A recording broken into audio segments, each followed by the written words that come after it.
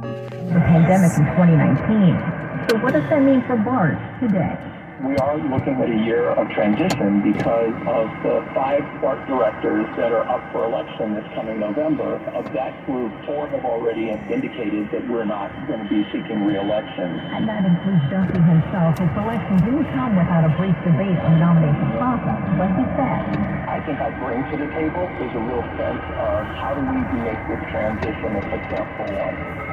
The newly elected President Duffy will be overseeing quite a few new projects that are already underway. It will be overall a 2-year effort to install all the fair gates, and I think it's a really exciting process, and I think you'll see a lot of thought go into the development of these fair gates. Mark Foley was elected as the board's vice president. Steve Hernandez will be out. Matchup between the Niners and the Ravens on Christmas Day night. Could be a gridiron gift.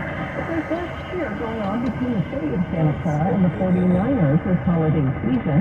KCBS's Mary Hughes reports. The issue at hand, we should be putting the bill of double pay for public employees like police officers, traffic directors, and others to staff the Ravens 49ers game on Monday. Our employees need to get paid. They should be paid double time. It's a holiday. That's Santa Clara Mayor Lisa Gilmore during a city council meeting on Tuesday. She said that the Niners should take care of holiday double pay for staff instead of it falling solely to the city. The Niners have paid for these costs before, but this year the team rejected a request from the city to cover the overtime pay. Here's City Manager Devon Grogan for the message the Niners wrote in response.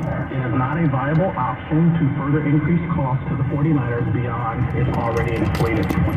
While the council has unanimously approved an agreement for double pay for employees working the Christmas Day game, Mayor Gilmore wants city staff to take a stronger stance in their continued negotiations with the 49ers. I say go back and negotiate a little harder because the public shouldn't have to pay for this.